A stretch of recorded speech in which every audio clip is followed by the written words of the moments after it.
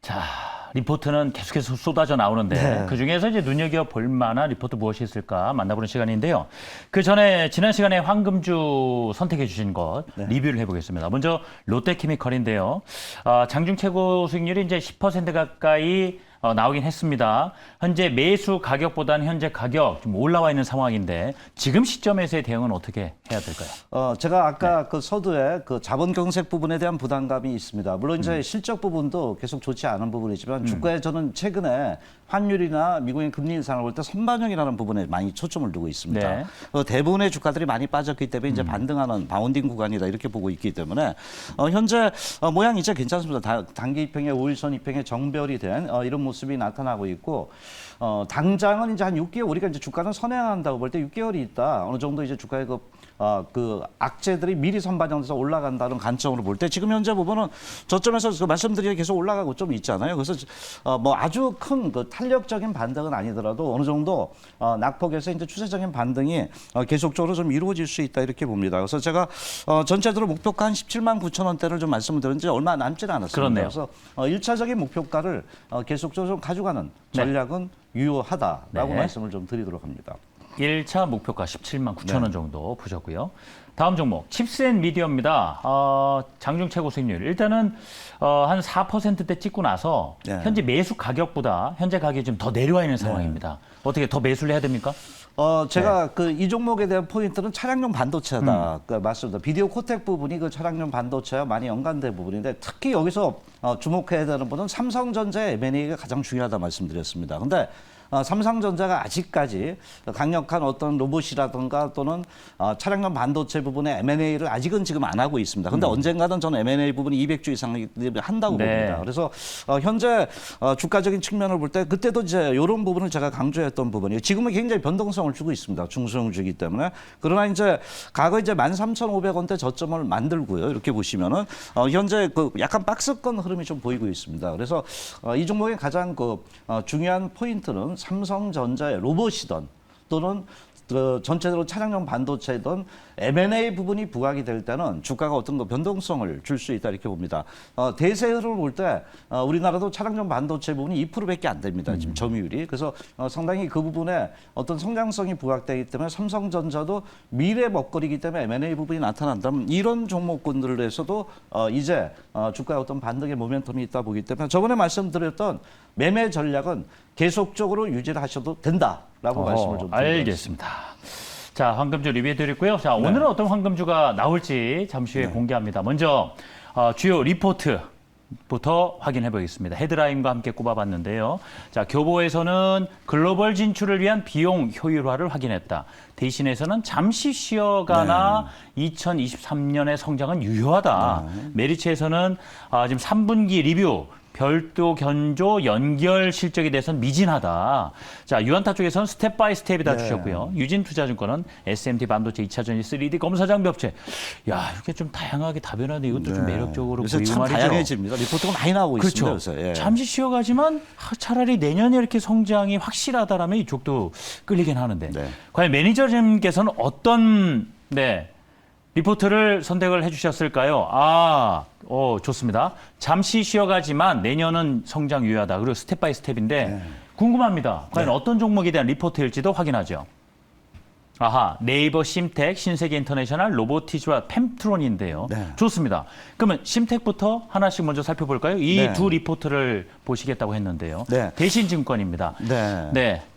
박강호 우리 애널리스트가 분석을 해준 내용이고요. 현재 6개월 목표 주가 53,000원 줬는데요. 내년 성장에 대해서 주목을 했습니다. 그렇죠. 하나씩 말씀 주시죠. 네네.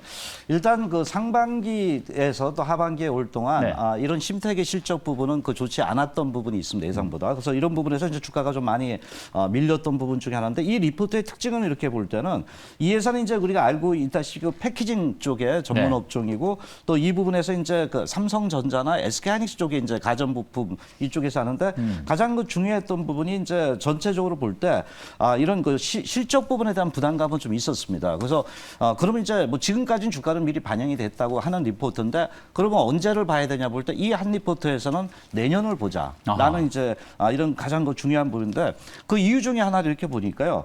2023년도에 삼성전자가 낸드 부분에 대한 매출이 늘어난다는 이런 부분입니다. 그래서 지금 이 파란색이 출하량이고요. 그렇죠. 예, 요 디램 출하량이 늘어나면 늘어날수록 심택에 미치는 효과가 크다고 이렇게 볼 수 있는데 여기 보시면 이제 영업이익률 부분이 그 네. 이제 22년도 그 부분에서 이제 전반적으로 이제 수익성 부분이 삼성전자의 디램 출하량과 맞춰서 영업이익률이 같이 그 동행한다는 이런 네. 얘기입니다. 그래서 내년도에는 어느 정도 이 리포트에서 핵심적인 부분은 그래도 지금보다는 훨씬 좋아진다는 이런 그 측면 중에 하나다 이렇게 좀 볼 수 있겠고요. 네. 또 이제 준비된 그림을 이렇게 보시면 실적이 과연 이제 어떻게 되느냐 볼 때 22년도에 온기로 봤을 때는 그래도 이제 매출과 영업이익 부분은 계속 늘어나고 있습니다. 네. 신택을 잘 보시면은 여기 이제 22년도에 한 415억인데 네. 아무리 나빠도 435억 되고 매출이 늘어나고 큰 있습니다. 폭은 아니어도 계속 그렇죠. 점진적으로 그래서 나온다. 아까 예. 그 말씀드렸던 부분에서 스텝 바이 스텝으로 네. 주가가 어떤 그 반등할 수 있는 모멘텀 부분이 있다 봅니다.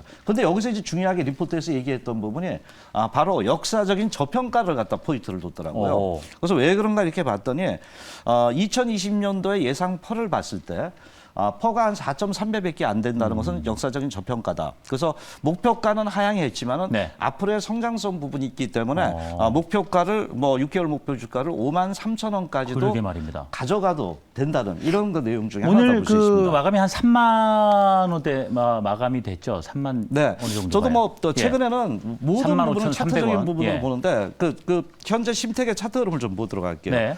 간단하게 그동안 살펴봐 주가가 주시죠. 상당히 많이 빠졌습니다. 네. 보시면은 상당히 많이 빠졌는데 그 차트 흐름상 보면은 최근에 제가 보면 이제 제일 중요한 게 그 최근 이평들이 모아지는 종목군들의 네. 주가 탄력이 굉장히 커진다 이렇게 네. 좀 보는데 이평들이 모아지고 있는 이런 모습이 어허, 보입니다. 그랬네요. 그리고 이제 양복이 나오면서 이 저항선 우리가 이제 그 파란 선을 61선 이평이라 그러는데 여기를 한 번도 돌파를 안 했었어요. 그런데 이평들이 모아지고 있다는 부분은 일단은 대기 매물들이 상당히 많이 출회됐다고 봐요. 그러면 이제 매물 압력이 과거보다 많이 줄어들 수 있는 게 하나의 그 차트의 특징이다 이렇게 좀 네. 보고 있습니다. 그래서 내년도 역사적인 저평가라면은 주가는 어느 정도 저점을 잡고 여기서 이제 상승 파동이 계속적으로 좀 나타날 수 있는 이런 부분이 아닌가 이렇게 좀 판단이 되고 있어요. 그래서 제가 볼 때는 뭐 현재 그 심택의 흐름을 볼 때는 낙폭가대에서 어떤 뭐 추세적인 부분이든 또는 이렇게 단기 파동이든 이런 부분에서 이제 계속적으로 어떤 그 변화가 날 수 있습니다. 그래서 최근에 잠시 쉬어가지만 2023년도의 성장성 부분은 계속적으로 부각이 될 수 있는 위치에 왔다라고 이제 볼 수가 있겠습니다. 네, 알겠습니다. 자, 심택 리포트 여기까지 네. 좀 보고요. 다음 종목이 하나 있었습니다. 로보티즈예요. 네. 로보티즈에 대한 리포트. 우리 공면주근 애널리스트가 작성을 해줬고 일단 네. 목표 주가는 제시를 따로 하진 않았고. 예, 난다이 틀어놨습니다. 네네, 좋습니다. 헤드라인을 꼽은 것이 지금 로보티즈가 올해 스텝 바이 스텝이거든요. 예, 자, 예. 어떤 의미에서 이렇게 헤드라인을 뽑았는지, 키워드를 뽑았는지를 살펴봐야 되겠습니다. 네. 설명 주시죠. 예, 네. 로보티즈의 그 리포트를 보니까 가장 핵심 부분은 로봇 산업은 앞으로 성장이 커진다는 것이 핵심의 큰 타이틀로 좀 가져왔던 부분입니다. 특히 이제 기술이 굉장히 발전되고 있다. AI 쪽하고 사물 인터넷 쪽에 발전이 되면서 접목을 할 수 있는 이런 그 환경이 조성되고 사회적인 구조에 초점을 좀 뒀더라고요. 이제 인구 구조가 상당히 고령화된다는 부분. 그렇죠. 네, 그런 부분하고 최저임금이 상승이 되니까 대기업들이 대개 이제 이런 인력을 대체할 수 있는 로봇 쪽에 이제 계속 그 컨트롤을 좀 하고 있다 이렇게 좀 보고요. 그래서 이제 산업이 가장 중요한 부분인데 이런 로봇 산업 부분이 이제는 성장의 발판을 만드는 환경이 조성됐다는 것이 가장 중요한 포인트다 이렇게 좀 볼 수가 있겠습니다. 네, 집게는 보다 경쟁력도 있는 데다가 지금 관련 사업 좀 협력하는 분야 넓어지고 있다라는 것. 자, 다음 내용으로 이제 넘어가 볼까요, 그러면요? 그래서 아까 네. 그 성장 그 로봇 시장 부분인데 네. 이제 산업용하고 이제 서비스용이 있는데 이 직개미라는 게 아까 있었잖아요. 네. 좀 이따 말씀드리지만 이것은 이제 일반 그 우리가 그 식당에 가면은 쫙 그 왔다 갔다 하면서 이 로봇들이 나오잖아요. 네, 서비스 예. 로봇이요. 네. 그래서 이런 산업이 굉장히 이제 그 발전이 될 수 있는 부분이 늘어난다는 얘기고 특히 이제 제가 이제 말씀드릴 거는 직개미 하니까 이제 우리가 이제 이 로보티즈에서 직개미라 그랬단 말이니까 네. 호텔이나 또는 식당에서 이런 부분에서 이제 그 직계비의 역할이 굉장히 커지고 나옵니다. 있다는데 중국하고 우리가 많이 이 회사하고 경쟁력이 있더라고요. 예. 서로 경쟁을 하는데 이 리포트에는 특히 이제 중국과는 다르다는 것을 이제 포인트를 뒀어요. 그래서 뭔가 봤더니 바로 팔이 있다는 거예요. 지금 엘리베이터 버튼을 누르는 모습 예. 맞죠? 이 사진이. 그래서 예. 네. 무선 그 충전으로 해서 그 전체적으로 자기가 그 엘리베이터 그 눌러가지고 예. 오르고 내리고 할 수 있는 이 역할이 팔로서 할 수 있다는 거예요. 예. 근데 중국 거는 그냥 그러질 못하다는 겁니다. 그래서 이런 부분에서 이제 직계비에 대한 어떤 매출 기대감이 계속적으로 높아지는데 최근 그 볼 때 이제 그 단순 업무에서 이렇게 약간 효율적인 부분으로 많이 변화가 되고 있다는 건데 제가 보니까 그러면 올해 과연 우리가 말로만 그런 거냐?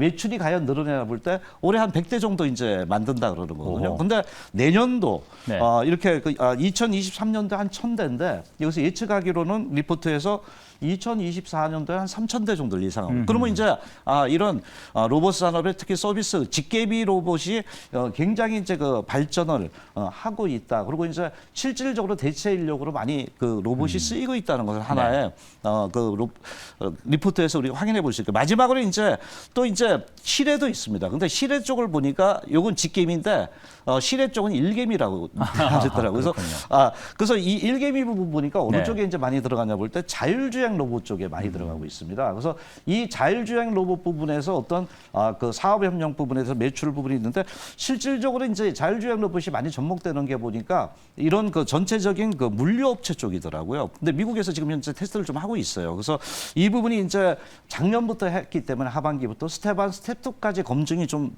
만들어졌던 것 같아요. 그래서 올해 이제 어느 정도 이게 됐을 경우 바로 일개미 쪽에 어떤 매출이 알겠습니다. 좀 일어나지 않을까 이렇게 좀 볼 수 예. 있는 리포트입니다. 지금 뭐 식당에서 지금 서빙하는 로봇도 처음에 굉장히 생소했는데 그렇죠. 이제 좀 익숙해졌잖아요. 예, 요새 아주 이제 팔 많습니다. 달린 로봇이 우리 생활 속으로 곧 들어올 거라는 것이고요.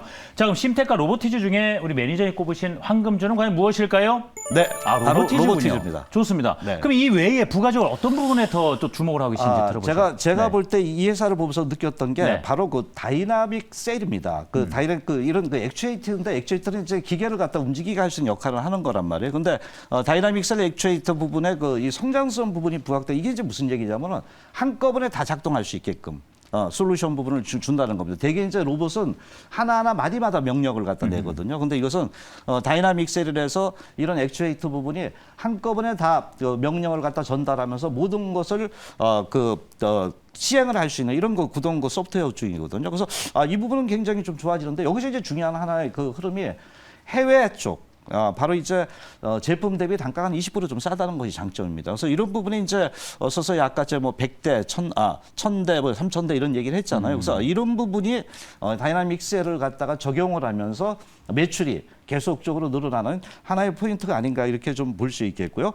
특히 이제 뭐 최근에 뭐 무인 배송이나 이런 계속 진행이 되고 있잖아요. 그래서 또 하나가 뭐냐면 이제 정부 쪽에 법안이 굉장히 까다롭습니다. 그런데 동기업 같은 경우가 이제 그 자율주행 로봇 규제 부분에 그 샌드박스가 있는데 거기 통과했다는 겁니다. 그러면 그만큼 이제 기술력이 좀 좋아지고 있다는 부분이고 특히 이제 정부와 국책 협력을 이제 많이 하면서 이 부분의 어떤 성장성이 계속적으로 진행이 되고 있습니다. 특히 제가 볼 때 이제 인공지능 기반의 자율주행 우리가 자동차 부분이지만 자율주행 로봇도 많이 나타날 수 있다 이렇게 보고요. 차트 흐름을 좀 볼게요. 기술적으로 뭐 차트상 급매불 소진 과정이다 이렇게 좀 나오는 상황인데요. 자, 매매가지 좀 말씀을 드릴게요. 네, 지금 리포트 같은 경우 앞에 같은 경우에는 좀 목표가가 제시되지는 않았어요. 매니저님은 과연 목표가를 어느 정도 보실지 마지막 가격 전략 주시죠. 매수가는 한 25,400원대 정도 접근하시고요.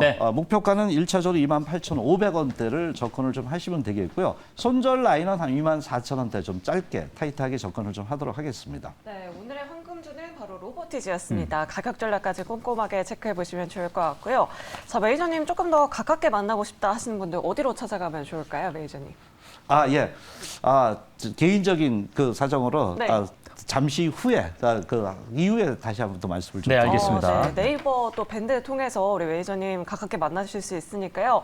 우리 시청자분들 황대현 검색하시면 많은 투자 인사이트 얻어가시면 좋을 것 같습니다.